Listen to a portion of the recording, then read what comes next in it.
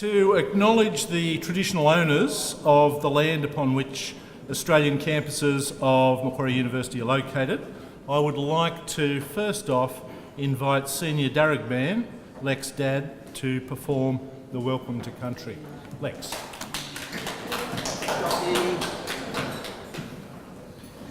Woodringany, ladies and gentlemen, that's good evening in Darug. My name's Lex, for people who don't know me. I'm a Senior Darug Man. I live up in the Blue Mountains. We meet on the Watamatical country here today, part of the Darug Nation, but my traditional country is over in Prospect. I'm from the Wamali clan.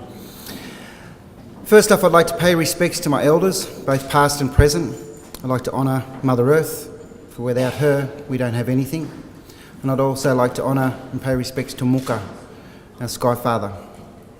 Now I also explain a welcome to country to people so they get an understanding of why we have a welcome to country. Australia is made up of over 300 different Aboriginal countries. And I'll give you an example. I live in the Blue Mountains, right on the borders of my country. And if I go over the top into Lithgow, I'm entering into someone else's country, Wiradjuri country. Traditionally, I would go and sit on their borders and light a fire and send some smoke up and wait to be approached by a traditional custodian. And they'd come and ask me of my business if I wanted to pass through their country. I could be passing through country to meet up with other family members, to gather other stories and information for my family through our art sites and so forth, or just meet to share important business about ceremony. They'd also tell me the rules of the country, what I was allowed to hunt, what I wasn't allowed to hunt, and other rules that I'm not really at liberty to talk to you fellas about here. And also say to people, I like to share when I do a welcome to country the rules of the country that we're all sitting on today, that since white settlement, everyone believes that they own the country, or they buy and sell land and stuff like that. Well, as Aboriginal people, we don't own country. We are caretakers of it for our future generations. And I had a sad thing happen today, actually. What happened a couple of weeks ago, and I come down to Macquarie University, and we had a scar tree on campus here that was roughly around 300 years old. And the grounds people cut it down. They didn't know that it was a scar tree. There was termites in it. And after examining the tree today and having a look at it, I realised that a lot of it could have been saved. They didn't need to cut the whole thing down. And I had a meeting with a few of the fellas who were responsible for it, and they said, it's just a tree. And I tried to explain to them that it's not just a tree to us. They hold our stories. It's like an old grandfather or grandmother. They're important to us. And those little bits of remnants of our culture that still hangs on throughout Sydney, like our scar trees, are to carry on to future generations.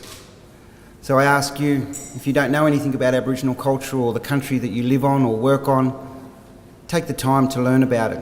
Take the time to realise that there was children born where you walk, or big important ceremonies, and that we don't really own any country, that we're here to caretake it for future generations. And on a lighter note, I'd like to congratulate all the artists with a beautiful exhibition here, and to speak that a sense of place and culture is really important for Indigenous people like myself.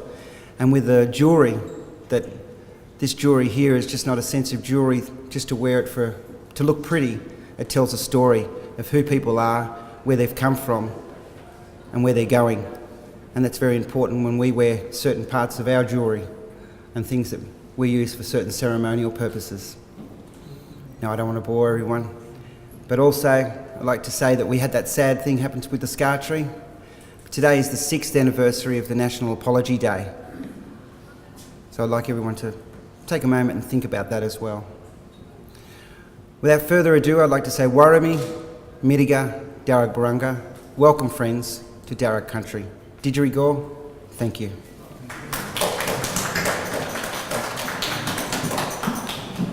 Thank you very much, Lex. On behalf of the Faculty of Arts and the Macquarie University Art Gallery, I would also like to extend a welcome to all of you to the opening of tonight's exhibition, which is entitled Transplantations, a sense of place and culture, British and Australian narrative jewellery. Very interesting and challenging exhibition. My name is Dr. Andrew Simpson. I used to be the director of a museum studies program here at Macquarie in a former life. We still got a program, ladies and gentlemen, but it's looking a bit crook these days. wandering around looking a bit undernourished up in the top paddock somewhere, and perhaps eventually someone might have to go and put it down, I think. But anyway, that's another story. We're not here to talk about that tonight. We're here to talk about this fantastic new exhibition. This new exhibition showcases how jewellery can be an art form for recording memory and experience in a portable and wearable form. It can be a medium for expressing ideas, thoughts and concerns which may not be achievable in other ways. It features 12 contemporary jewellery artists from the UK and Australia and explores the cultural, familial and artistic transplantation experiences that they have drawn on to create works which are powerful, engaging and quite thought-provoking. We're delighted to be afforded the opportunity to host this international touring exhibition, and we're very pleased that we're able to host this exhibition to kickstart Macquarie University's Jubilee year of exhibitions here in the Art Gallery. Transplantation is a travelling exhibition developed by the University of Lincoln, assisted by the National Centre for Craft and Design and funded by the Arts Council of England. In Australia, it's toured by our very good friends at Museum and Gallery Services of Queensland. Special thanks are due to the gallery's fantastic curators, Rhonda Davis, Leonard Janiewski and Kate Hargraves. And of course, we also thank the gallery's fantastic exhibition install team members, Rocket Matler and Tim Moore. Their efforts ensured that this important exhibition was brought to Sydney. Thanks are also due to Aditi Rahedra and her marketing staff in the Faculty of Arts for the promotion of the exhibition, and to Paper Monkey and Lighthouse Press for their design and printing of the invitation you all received. Now, we're very fortunate this evening because to officially open the exhibition, I would like to invite artist, curator and writer Meredith Bryce up to the stage in a second. But firstly, I've got to tell you a little bit about Meredith because she's quite amazing. Meredith is an interdisciplinary visual artist whose practice crosses between both making and curating. So from a museological perspective, she's in an interesting and different space from many practitioners. She's interested in projects that bridge and connect worlds through artworks. For the past 10 years, she's been exploring the creative potential of nanotechnologies via a speculative play in the gap between art and science. And I reckon this is one of the crucial areas that really does deserve exploration, quite frankly. She's a graduate from the University of Newcastle. She exhibits locally and internationally. She's also participated in a number of exhibitions. Sense of Touch and Transit were just two that have been presented here at the Macquarie University Art Gallery, and she's participated as both an artist and as a curator. So would you please join me in giving a very warm Macquarie University Art Gallery welcome to Meredith Bryce.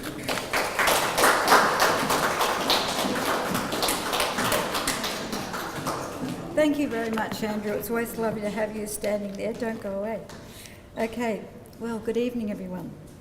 And my goodness, what an exquisite exhibition.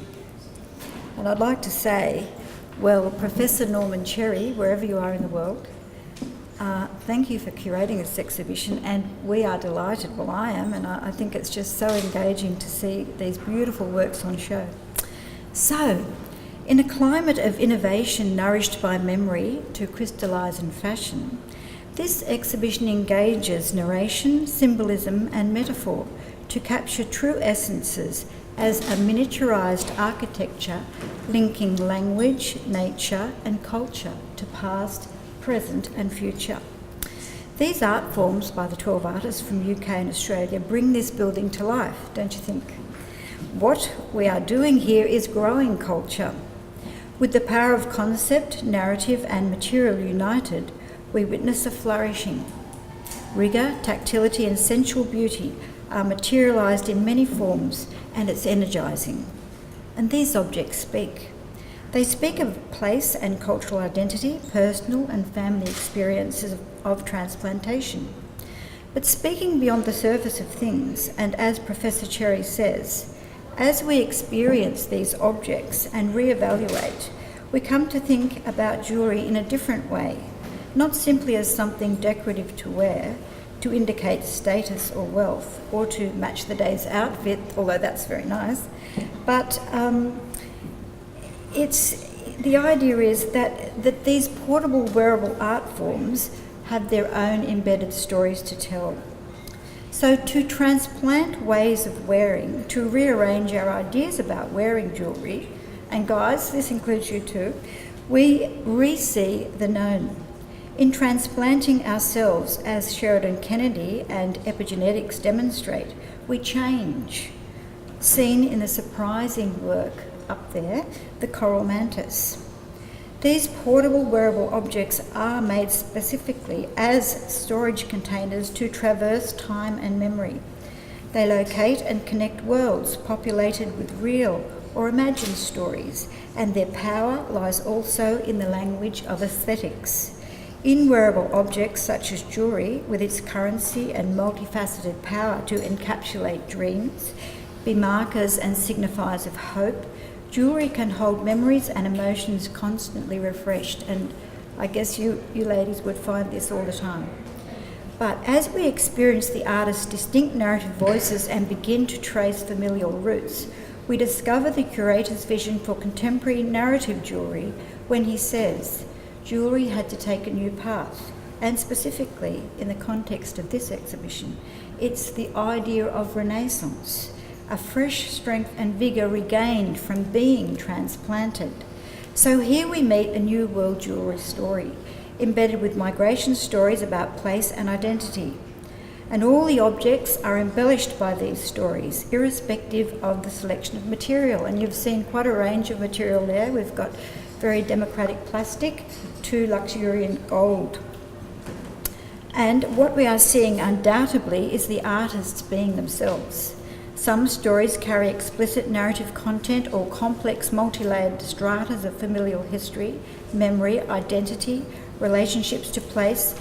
Others contain more secret words, internal logic, or take a scientific approach. However, what transpires as we follow the contours of each form, we listen to each maker's personality. We engage through object. We embark to retrace elements of our own stories as points of departure. We enter a collaborative partnership, and we recognise ourselves. Everyone has experienced how jewellery as a conversation piece can be a great conversation starter, yes? Jewellery performs many roles, ignites memories, trades ideas, lets us escape above the mundane momentarily. And as objects securing verbal histories in symbolic and material form, the narrative genre of jewellery by definition unites maker, narrator, and object with wearer. Maker, wearer, viewer. MWV. An idea artist academic Jack Cunningham, you see his work up in the top cabinet, presents in his series Great Barrier Reef. This trilogy of interactive exchange, maker, wearer and viewer, provides a symmetrical prism to navigate the exhibition, I believe. The curator's own experience as a young boy growing up in post-war 1950s Scotland in an era of mass migration, witnessing the departures of his classmates to Australia and New Zealand, which prompted the question, would they now think of themselves as transplanted Brits, or had they gone native? On his recent move over the border to Lincoln, Professor Cherry found historic connections to explore. Matthew Flinders and Joseph Banks, you can see his work in the front cabinet, it's beautiful, had their origins in Lincolnshire. Matthew Flinders and Joseph Banks. His piece, Bed or Board, looks back, recalls a sense of helpless entrapment in a place far removed from home and loved ones. Experiencing this exhibition is an immersive experience. It feels like a private view, or like being plugged into a pulsating integrated circuit. These cross currents of transplantation stories are energised by the maker's ideas, and what we see is sheer beauty as the 12 artists strive to unite the concept of transplantation with scholarly mastery over material. I'm sure you all agree. As we feast our eyes on the vitrines housing these small wonders, vitrines, vessels, hothouses, incubators, arks, islands or continents, however you like to imagine them, the narrative objects capture the viewer's attention. As we look down from above, from the horizontal plane, they force us close to stare and listen, perhaps in awe and wonder, like encountering a medieval illumination. But size is relative. We experience the large idea of beauty in the form of small scale here. On beauty, as in works of art, and particularly in these acts of concentration with their intrinsic aesthetic qualities held in the palm of your hand, we are tempted to generally ask two things. What's it made of? How's it done? In explaining why we are drawn to immerse ourselves in these concentrated worlds, we could also ask, why do they fascinate us? Why do we like to stare at them with wonder? Why do they put us in a contemplative space? In his book, The Poetics of Space, Gaston Bachelard says, the cleverer I am at miniaturizing the world, the better I possess it. And again, John Mack expresses, small things possess agency upon the world, can communicate and evoke responses which far exceed their small scale. In the back cabinet to the right, another world is created as artefacts from imagined places as Nicholas Baston recombines the fabricated histories of science fiction, mythology and fantasy to recreate an animated feeling in physical form, identifying how European immigrants could have viewed as strange the unfamiliarity of the Australian landscape, flora and fauna. The grass is always greener by Bridie Lander utilises floral symbols, as does Norman Cherry's Banksia serrata. I won't attempt to pronounce the next two words, but you can have a look at it on the cabinet. Symbols that have moved around the world with colonisation and as they themselves have moved. A bowerbird habit and disposable aesthetic seen in I Wonder locates a grounding temporal space as Roseanne Bartley maps migratory patterns of seasonal distributions of what do you think it is? Litter and plastic. We are enriched and celebrate these movements and cultural symbols by identities in transit in diverse forms in the world of this exhibition. Realities made different, strange and experienced anew by the intervention of hybridisation through transplantation and imported aesthetic. We see this idea in Brooch by Jung Midul up the back. We combine, we negotiate the gap, so which signifies of homeland and heartland, calibrate internal compass alignments true to our deep-rootedness. Our cultural aesthetic can be deeply etched into our psyche and creative expression. It seems most of the contemporary narrative jewellery being made is in the form of a brooch. Perhaps I'm wrong, but that's what it seems. An object worn close to the heart. And what does this tell us about the value and communication of ideas? And how meaningful are the stories that bind us? As smart technology, this is my baby, is seamlessly integrated into brooch, neck piece, button, etc., we become more bodily enmeshed in the rhizome at the technological global interface. So let's just ponder on this word transplantation and borrow some medical terminology. The heart is not so easily uprooted or transplanted, physiologically, psychologically, geographically or spiritually. The reach of the long arm of heartland pulls. These ideas found in meanings embedded in the German word Heimat. I'm not quite sure how you pronounce it, and as Jivan Astfalk points out, the universal human being search for relatedness to homeland, meaning and connection floats in the current of who I am, who am I, where do I come from, where am I going? Keepsakes, remember those not to be forgotten. Lin Chiang's convict love tokens in the 1820s and 30s recalled in her beautiful work there in the first case, 24 carats of gold made of diverse yellow ores is a reflection on loss and isolation. Nevertheless, a universally accepted currency to be traded or melted down. And I'd like to say thank you for listening, but before I let you go, I want to say congratulations to all the artists for this splendid exhibition that we're going to enjoy so much. And to finish, I'd like to say the DNA of these art forms celebrates our diversity of worlds, difference and different approaches to making. They speak not only of the power of mastery over material, of influence, reflection on place and cultural identities because of transplantations. They are markers of a global cultural aesthetic in the 21st century. And I'd like to leave with you some words by New Zealand poet Sue Wooten.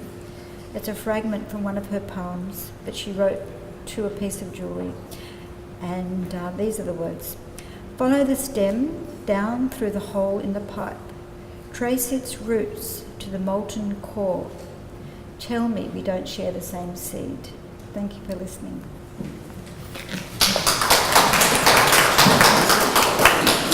Thank you very much, Meredith. Thank you very much for those absolutely superb and interesting insights into the exhibition. They really sort of took us to some very interesting places. I loved your comments about the relationship to the heart, and I'm reminded that our good friend Aristotle in ancient Greek times actually believed that the heart was the centre of logical thought and not the brain. The brain he considered was an apparatus for producing mucus, apparently. He didn't get everything right, but he had a good crack at it anyway, ladies and gentlemen. Look, thank you very much for coming out to the opening this evening. You're going to see some fabulous exhibitions this year in the Art Gallery. This is the first of them. We hope that you all enjoy the exhibition. We hope that you also tell your friends about it and bring them back to see it. It's going to run here at the Macquarie University Art Gallery until March the 7th. And there are catalogues for the exhibition available, and they can be purchased from the gallery staff. So thank you again, ladies and gentlemen, for coming out, and thank you especially to our wonderful opener, Meredith Bryce. Meredith, we have a small gift here to express our gratitude for your time and your insights. Could you join me in thanking our opening speaker, Meredith Bryce? So enjoy the rest of the evening, folks, and tell everyone to come back and visit the Macquarie University Art Gallery.